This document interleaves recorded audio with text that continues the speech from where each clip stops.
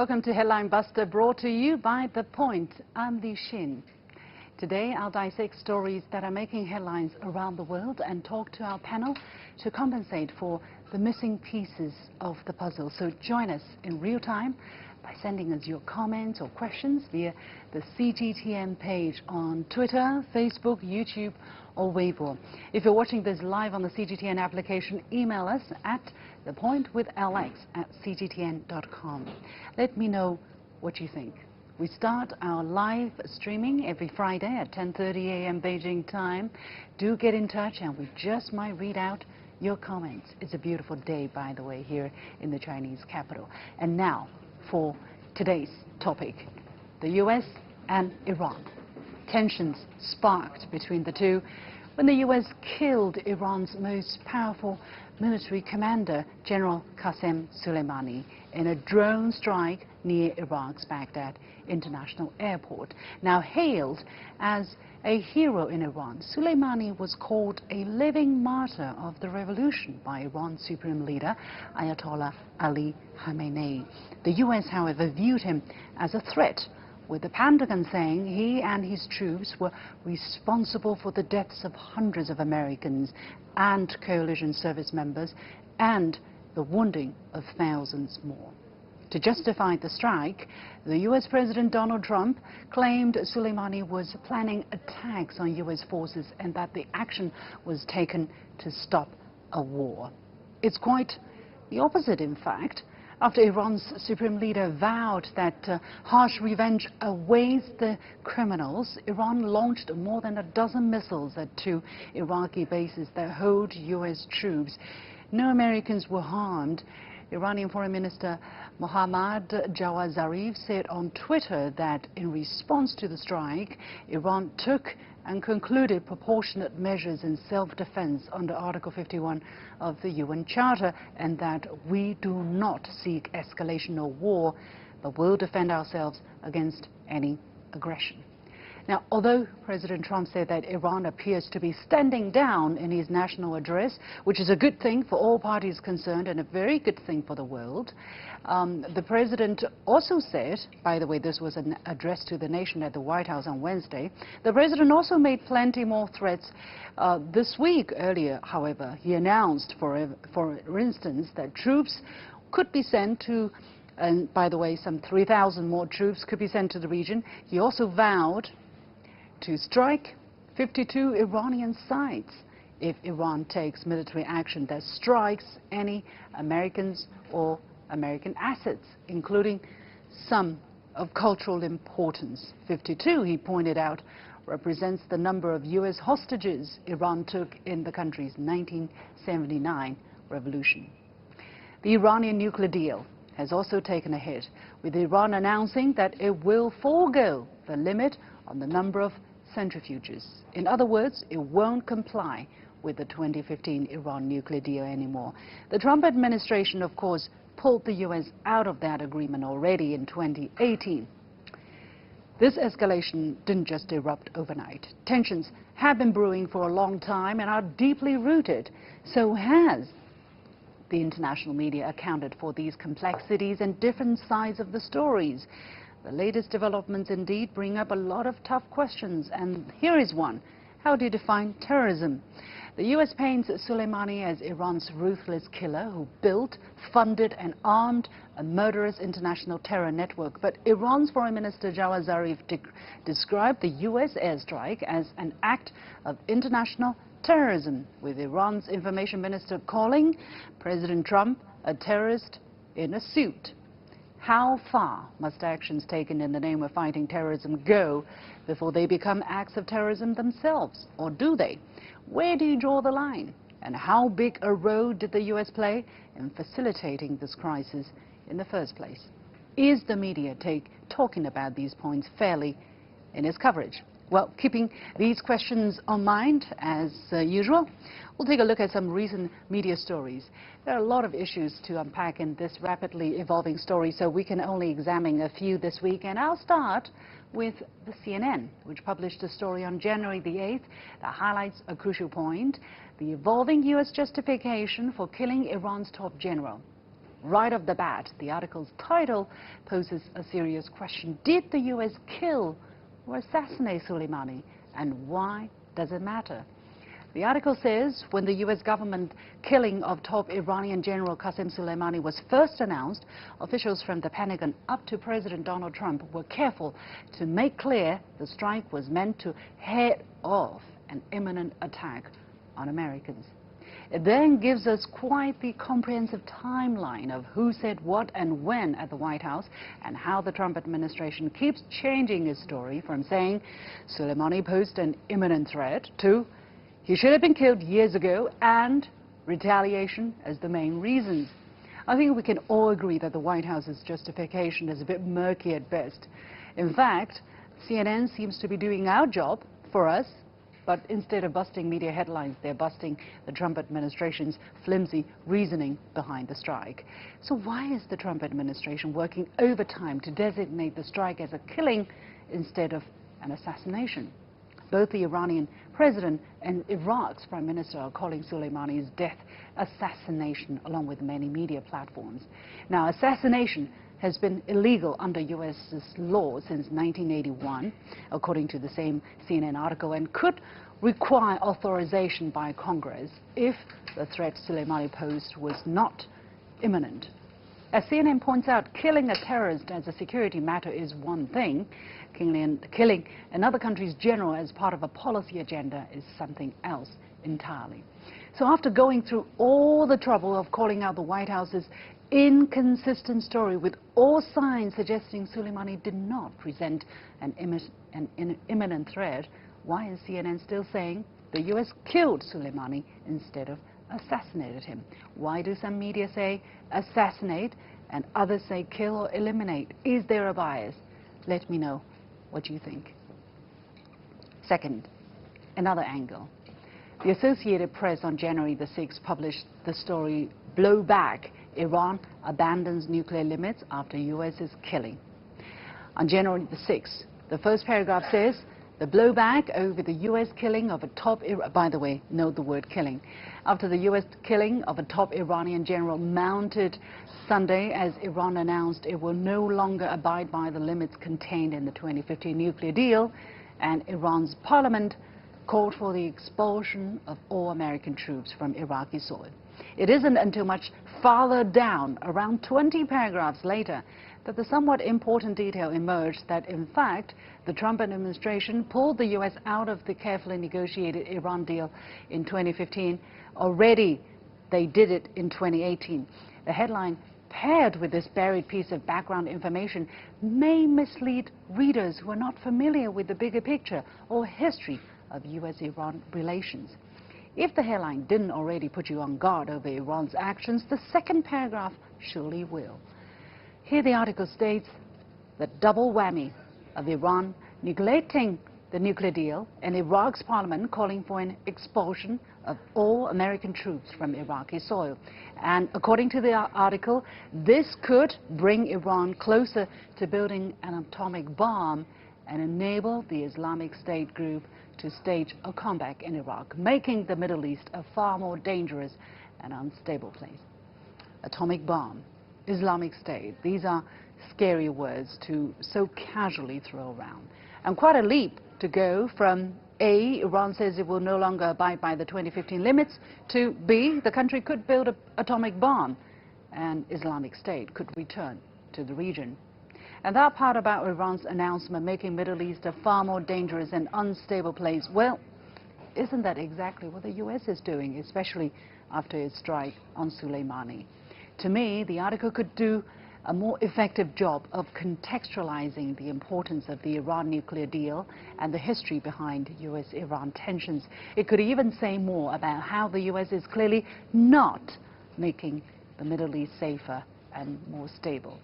Do you get the same impression? Our third article looks at, here it goes, the China position. The Wall Street Journal on January the 5th published the article, "Iran lacks allies in confronting the U.S." The gist of the story is that despite the feverish talk of General Soleimani's death sparking a World War III, Iran nowadays can only count on itself and on the network of irregular Shiite militias and proxies that the Quds Force commander had nurtured in Lebanon, Iraq, Syria, Yemen, and beyond. The Quds commander meaning Soleimani. It then goes on. The article then goes on to make the claim that while observers say Beijing and Moscow would be happy to watch the U.S. get bogged down even deeper in the Middle East, a diversion that would give them a freer hand in their own neighborhoods, they have no appetite for exposing themselves to the risks of a possible confrontation. Here, I see at least 3 problems with this paragraph, so let's break it down. First, the phrase would be happy to watch the U.S. get bogged down. This sort of remark implies that China has a twisted Schadenfreude or delight in the U.S.'s misfortune, intentions escalate in the region, which is far from the case. If the Middle East sinks into turmoil, China's interests will also be severely hurt, as China is an important importer of oil from that region and an important partner, business partner to many countries in that region. So the U.S. is not stupid, neither is China, to bet on something unrealistic. Now, the second problem I have, a freer hand in their own neighborhoods, meaning China and Russia. What exactly is the article trying to say? I don't know about Russia, but this seems to imply that China is either trying to dominate the region or China is scrambling to keep things under control in its part of the world already. This is not very respectful of China's efforts to safeguard regional security, but also patronizing the other countries in the region.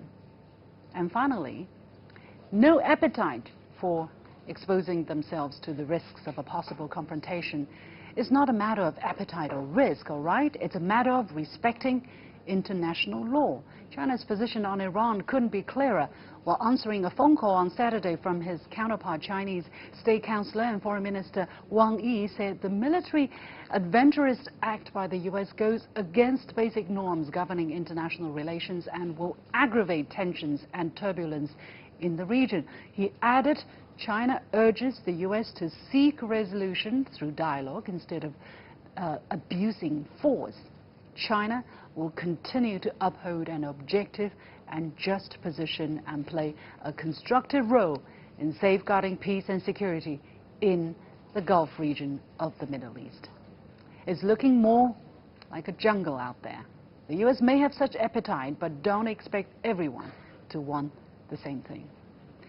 So the situation between Iran and the U.S. is complicated and quickly changing, so we all have to be vigilant about what we read and how we read the news. We've shown you just a few examples, but let me know what you're thinking by sending us emails or comments or questions. Is the media doing a good job of covering this story? We'd love to hear your thoughts as usual. We'll take a very short break, and when we come back, I'll have 3 guests from China and Iran joining me on site right here. So do stick around. Don't go away.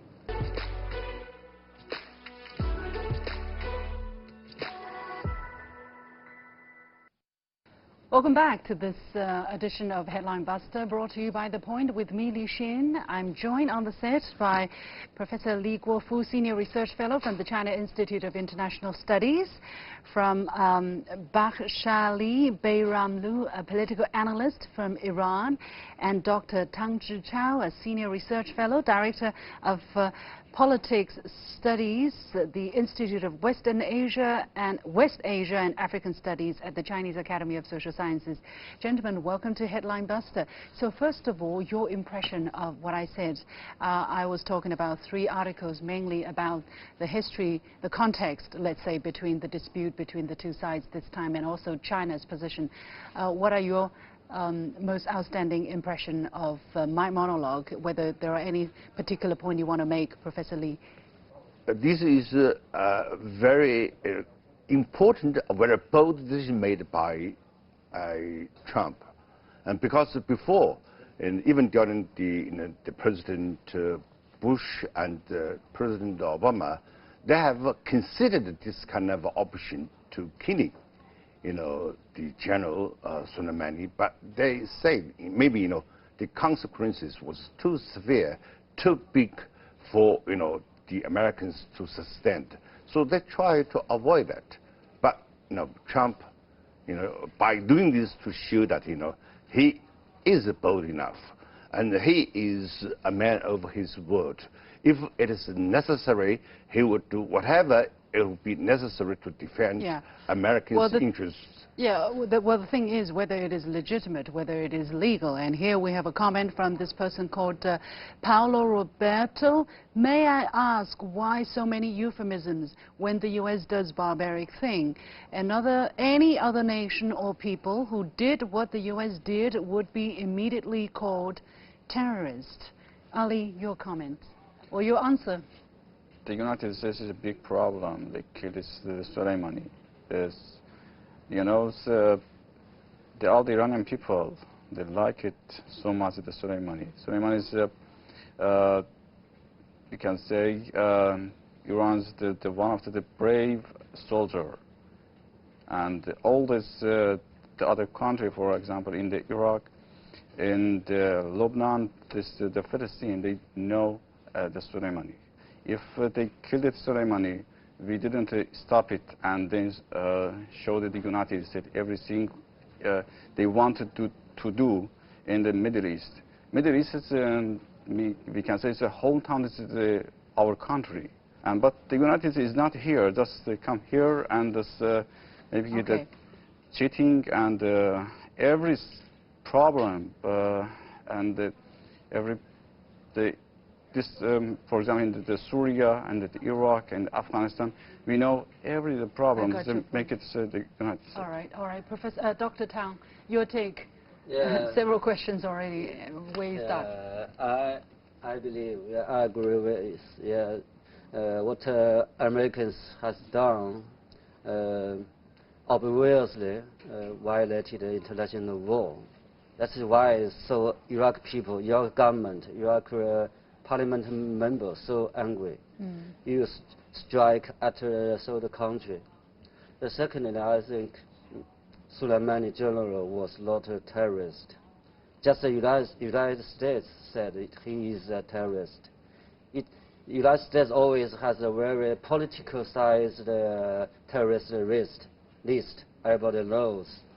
You know, at the past 4 or 5 years, actually, United States and Soleimani general worked together in Iraq and Syria to counter ISIS. But after defeated ISIS, now United States said Soleimani was a terrorist. I should kill you. So it's ridiculous. Because Soleimani is never, you know, this big question of how do you define a terrorist. There is this UN kind of list of terrorist organizations, and there is this rumor that Soleimani was also on some kind of a terrorist list, which is not true, right? I understand that he was only listed as a target for sanctions by the United States, but never listed officially as a terrorist. So is there anything behind this choice of words, killing or assassination? Because when it is assassination, it is illegitimate, right? But if you say it's killing, then it's probably okay, because killing is a much general term. Professor Lee. I think, you know, this is a big difference. The first, I think, it is the attitudes of the person who used this word. And it's very interesting, you know, for example, you know, President Trump used the word terminate, and which means to remove this physically. And then, as I said, assassination means by provoking you know, try to kill people. To some legal sense, it is illegal. And the killing is more vague. Yeah. And there's no political meaning or good or bad, you know, reflect, you know, the real kind of a status. These people has been, you know, killed. So, but was this an assassination? I think, you know, yes, definitely. As you know, Ms. Tang has already said that, you know, actually, you know, Soleimani was on a diplomatic mission. He was invited by the Prime Minister of Iraq to respond to what the Iranian going to do or take a kind of policies in order to reconcile, its relations or improve the relations between Saudi and the Iranian. So, Prime Minister, of Iraq said, I'm the first guest of Soleimani when he visited Iraq. He actually, as a matter of fact, invited by the Iraqi government. So, American and collect kind of information, then they believe this may be a good opportunities to kill him. All or right. to assassinate him. We have a different opinion here on Facebook by Sunday Ifedili Stefan. I so much love the work you people are doing, but I must commend the brave U.S. military intelligence on bringing down this terrorist who has been under security watch for so long. How do you understand the sentiment of people who actually agree with the United States, believing that Iran is kind of a threat to the security or stability in that region, and of course then Iranian general is doing bad things? Dr. Ali, yeah. Ali, would you like to say something to such comments? I'm sure this is not the only one who thinks this way. Maybe I didn't remember maybe a good relationship with United States. If you have a problem, make it to terrorism that country and sanction. I think we have to say in the last couple of decades there has been many wars, military confrontations. And the results of these, the violence, whatever we call the wars, military confrontations, the people suffered most because those people, whatever the countries, would send their sons, their husbands, their fathers, all their lovers too. They have been ordered by various governments, and as they aim to win over the war. But you have to think about the other side. The other side is the same. Some of the armies, some of these fighters, they are defending their homeland. They also lost more than those people sending the troops to the region. But for whatever reasons, by the end, all the people, is not those people send their armies to the region to fight lost life. Usually, they are ordinary people.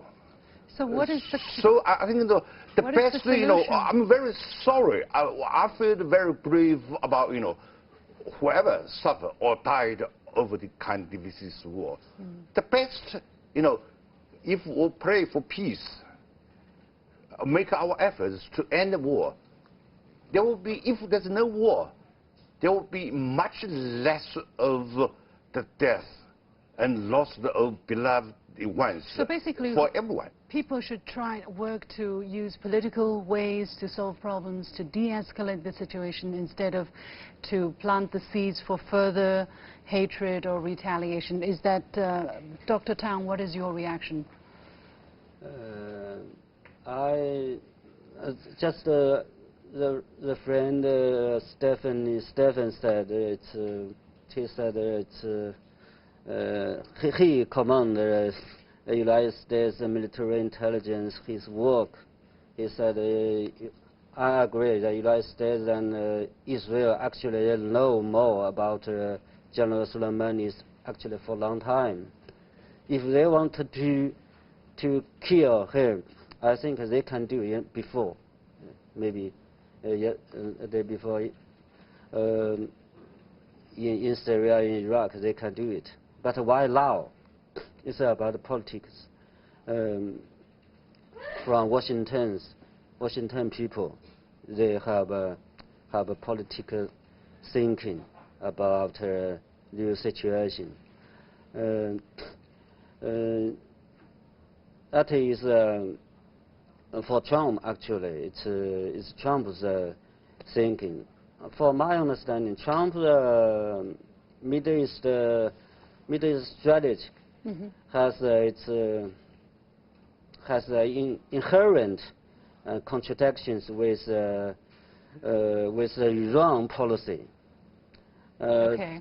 Generally, he wanted to move or retreat from this area, but his Iran's policy will pull her back into Israel. All right, so it's quite a split thing there.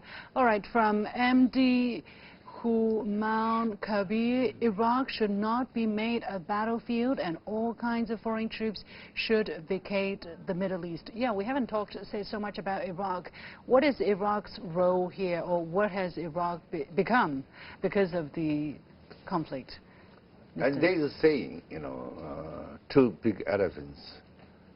Two big elephants. Fight or even making the love. The grassroots suffered the most. It seems, the Iraq is the grassroots, and two big, the elephants are fighting in Iraq.